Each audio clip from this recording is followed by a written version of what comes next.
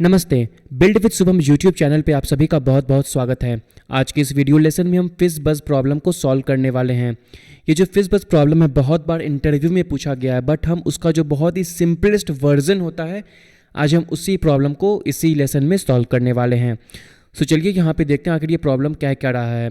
यहाँ पे हमें एक प्रोग्राम लिखना है जहाँ पर हमारे पास एक नंबर होगा n, और अगर वो नंबर बोथ 3 और 5 इन दोनों से डिविजिबल होगा तो हमें प्रिंट करना है फिज बज। ओके, सो हमारे पास एक नंबर होगा n, अगर वो 3 और 5 दोनों से डिविजिबल है तो हमें प्रिंट करना है फिज बज। और अगर वो नंबर सिर्फ और सिर्फ 3 से डिविजिबल है तो हमें प्रिंट करना है फिज। और अगर वो नंबर सिर्फ और सिर्फ 5 से डिविजिबल है तो हमें प्रिंट करना है बज। और अगर वो नंबर 3 और 5 दोनों में से किसी से भी डिविजिबल नहीं है तो हमें उसी नंबर का वैल्यू प्रिंट करना है। सो ये है फिज बज का बहुत ही सिंपल सा प्रॉब्लम। आई होप कि आपको ये प्रॉब्लम समझ में आ गया होगा। नाउ अब आप इस वीडियो को जाकर के पॉज करो और पॉज करने के बाद इस प्रॉब्लम को खुद से सॉल्व करो। So pause the video now.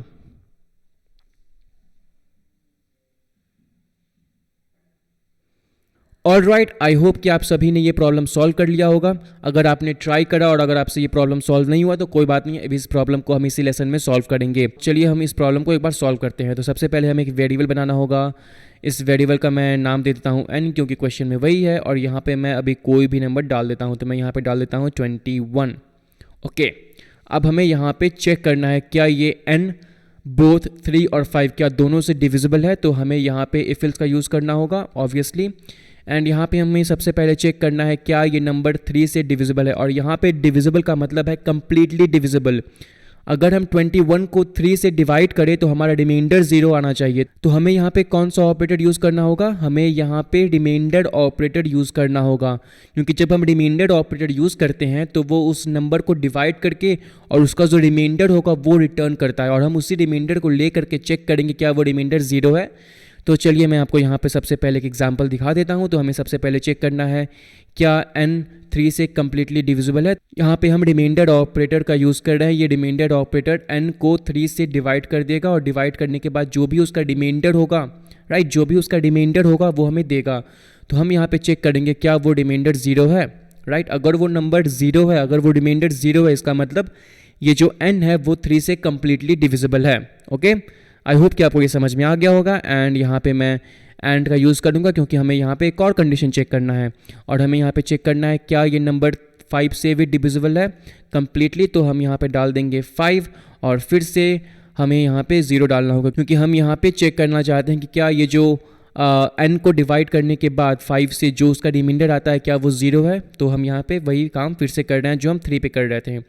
और अगर ऐसा है तो हमें प्रिंट करना है फिज बज। सो मैं यहाँ पे यूज़ करूँगा प्रिंट ln और यहाँ पे मैं प्रिंट कर दूँगा फिज बज। ओके, सो ये हो गया हमारा पहला कंडीशन। और हमें दूसरा कंडीशन यहाँ पे लिखना होगा। तो मैं यहाँ पे लिखूँगा एल्स इफ।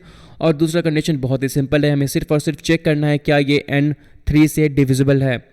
तो n percentage free, so n percentage 3 and इसका रिमाइंडर क्या 0 है। सो जब मैं n को 3 से डिवाइड करूं तो क्या उसका जो रिमाइंडर है वो 0 है, वो हम यहाँ पे चेक कर रहे हैं।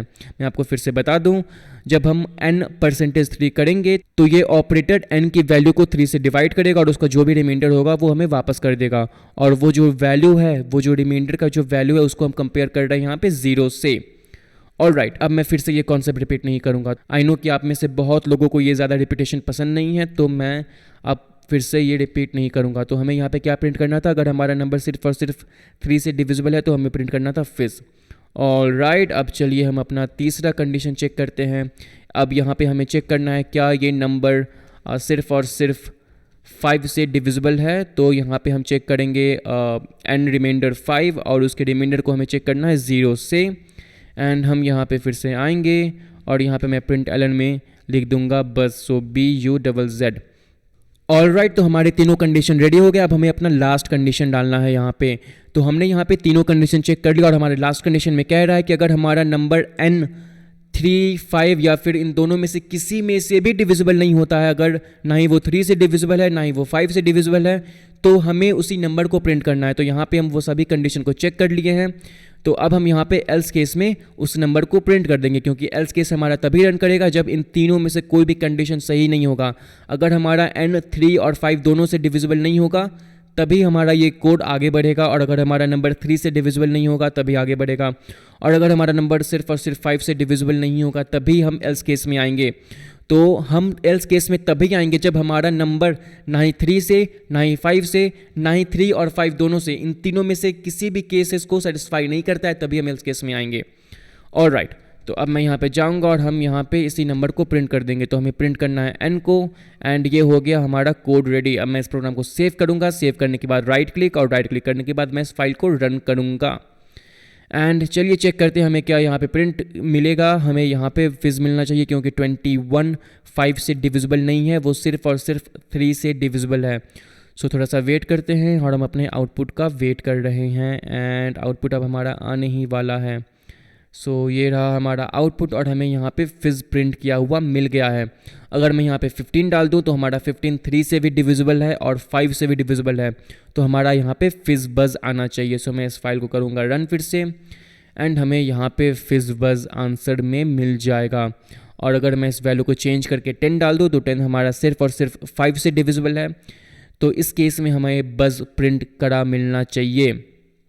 ऑलराइट, एंड अगर मैं यहाँ पे 17 डाल दूँ तो हमारा 17 ना ही 3 से, ना ही 5 से, दोनों में से किसी से भी डिविजिबल नहीं है, तो हमें 17 यहाँ पे प्रिंट किया हुआ मिलना चाहिए। हमारा फोर्थ केस सेटिस्फाई करना चाहिए। So let's just run this और वेट करते हैं हमारे आउटपुट का, और हमें यहाँ पे 17 प्रिंट किया हुआ मिल जाएगा।